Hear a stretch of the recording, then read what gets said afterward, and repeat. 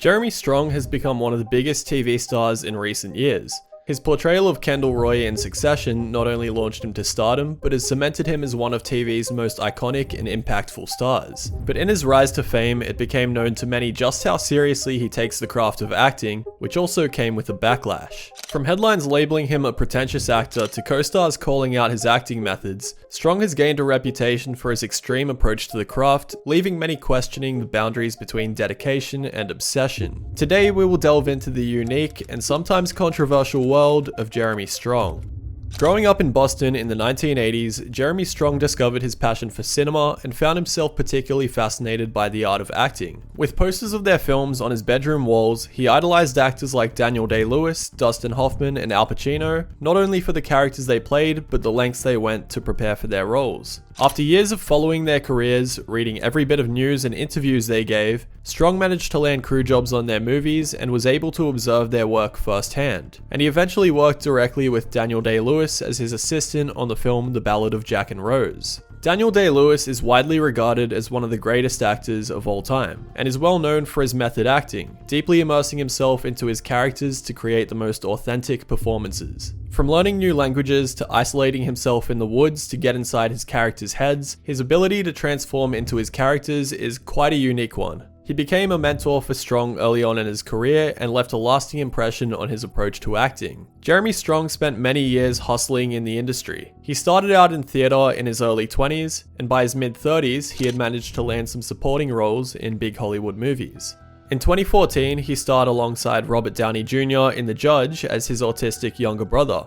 To prepare for the role, he spent time with an autistic person, just like Dustin Hoffman had for Rain Man, and asked for personalized props for his character that weren't in the script. He also reportedly paced around the set weeping loudly for a funeral scene, even though he wasn't required on set that day. About Strong's approach, Robert Downey Jr. said, "All I know is, he crosses the Rubicon." Then, in 2015, Strong starred in a supporting role in Adam McKay's comedy biopic, The Big Short. To prepare for the role, he followed his character's real-life counterpart, observing his mannerisms and habits, which included constantly chewing gum, which Strong does in every scene he's in. For his performance in the film, Adam McKay offered Strong a part in an upcoming show that he was executive producing, and this was the role that would change everything.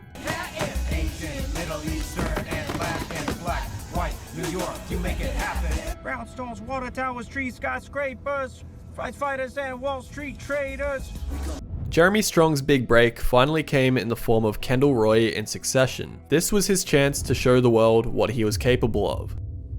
The show follows the wealthy Roy family, led by patriarch Logan, who owns a global media empire. With Logan's health on a downward spiral and the future of the company in question, his children Kendall, Roman, and Shiv engage in a power struggle for the CEO title. For his role on the show, Jeremy Strong has become a major sensation. He's received universal praise and has won many awards for his performance, and it's very well deserved. He just has this insane ability to keep you glued to the screen, to portray such subtle emotions and to pull you into the psychology of this character. This emotionally damaged guy who makes it his life mission to take his father's place. I found myself so intrigued by this guy. What drives him, why is he so broken, and how is he so dopey yet so serious at the same time?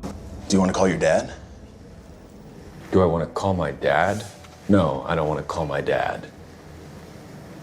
Do you want to call your dad? What he's done with Kendall is remarkable and will no doubt be cemented in TV history. But as the show went on, people started to become fascinated by Jeremy Strong himself, the man behind the character. Throughout Succession's run, people started to realize just how seriously Strong takes his craft. If you've watched any interviews, you'll see not only how serious he comes across, but also how deeply passionate he is about acting and storytelling. And with that, Strong's method acting became a widely discussed topic.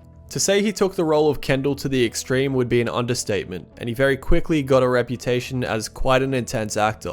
And there are a number of examples of his commitment to the role that blur the line between actor and character.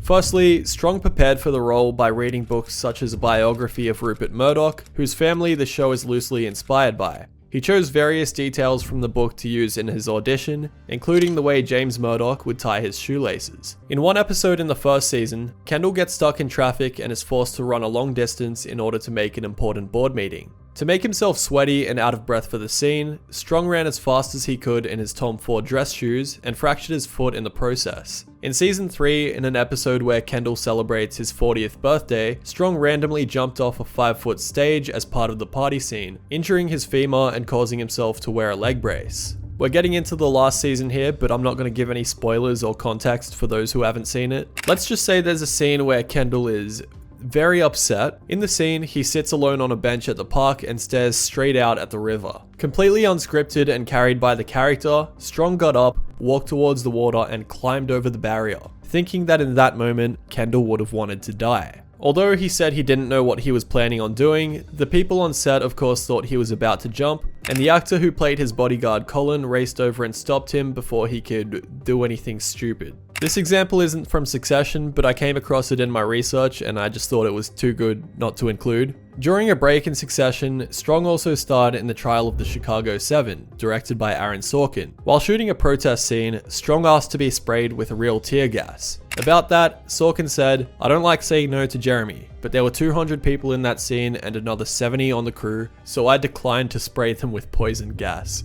In 2021, Strong became a controversial figure almost overnight when a profile of him in The New Yorker went viral. The profile pointed out how Strong couldn't see the humor in Succession and detailed his extremely serious approach to the role, to which Adam McKay said, "That's exactly why we cast Jeremy in that role, because he's not playing it like a comedy, he's playing it like he's Hamlet." And Strong said about his role of Kendall, "To me, the stakes are life and death. I take him as seriously as I take my own life." Many people ridiculed him and viewed him in a negative light, seeing him as overly serious and pretentious, and also someone who would be a nuisance to work with. Throughout the show, Strong would isolate himself from his co-stars and refuse to rehearse with them as a way to create on-screen tension.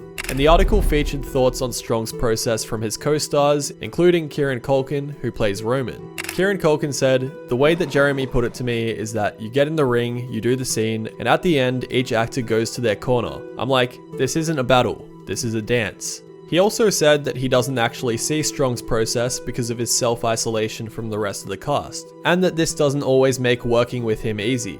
He said, "That might be something that helps him, I can tell you that it doesn't help me." But about Strong's process, the most outspoken of his co-stars would be Brian Cox, who of course plays Logan. As a veteran Scottish actor, he has a completely different approach to acting, which he describes as a turn it on, turn it off approach. While he's praised Strong as a terrific actor, he's stated in multiple interviews how concerned he is about Strong's intensity and what it does to him. Jeremy is a very, very dedicated actor. He's incredibly dedicated. I mean, he works his ass off, and I think he works to a point where I think he's in danger of, you can't keep that up. Even Dan Day-Lewis retired at the age of 55, which is far too young to retire. Because where can you go after acting, taking that attitude to your work? And it's a valid attitude. I don't think it's a particularly healthy attitude. He's also explained that there's a cultural clash between their views on acting, and later said, "I don't put up with any of that American shit. I'm sorry. All that sort of, I think, therefore I feel, just do the job, don't identify." But rather than calling it method acting, Strong describes his process as identity diffusion, a process where he clears away anything that is not the character and the circumstances of the scene. In other words, he becomes the character. And his connection to Kendall became deeply personal. The character began to bleed into his personal life and almost become a real part of him. So I guess it does kind of take over your life, I think. I don't know how to do it otherwise. The writer of the New Yorker article even wrote in the piece, "I began to wonder if I'd been interviewing an actor playing Kendall Roy or a character impersonating Jeremy Strong." Jeremy Strong has admitted that the role of Kendall took an emotional toll on him. He said that the character's dark storyline in the first season in particular was a harrowing time for him and that it's not fun to live in that place. But for him, this is just a necessary part of his process. He believes that he has to put himself through whatever the character is going through and not crack the persona until the work is done. So I guess I felt like I needed to experience that as rigorously as I could so that I might be able to understand it better and thereby embody it so that the audience can have a palpable, felt experience of it. He has explained why he takes his work so seriously. With a father who ran a juvenile detention center and a mother who was a nurse, he's admitted that his work is not as serious as theirs, but may in some way feel a moral obligation to make his work important by his own standards in light of his parents' work. But more generally, he believes the real reason is because he was so heavily influenced by his acting heroes growing up, and their dedication to creating meaningful work.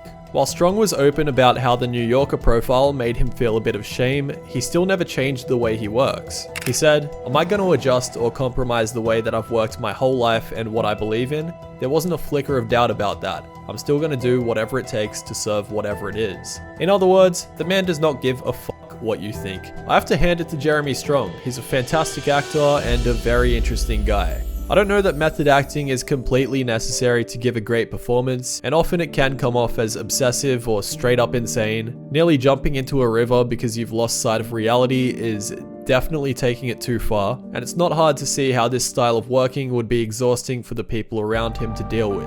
However, on the flip side, everyone has their own creative processes and ways of doing things, and Strong's process clearly works for him. His methods come from a place of genuine passion and dedication, and the result is nothing short of an iconic performance.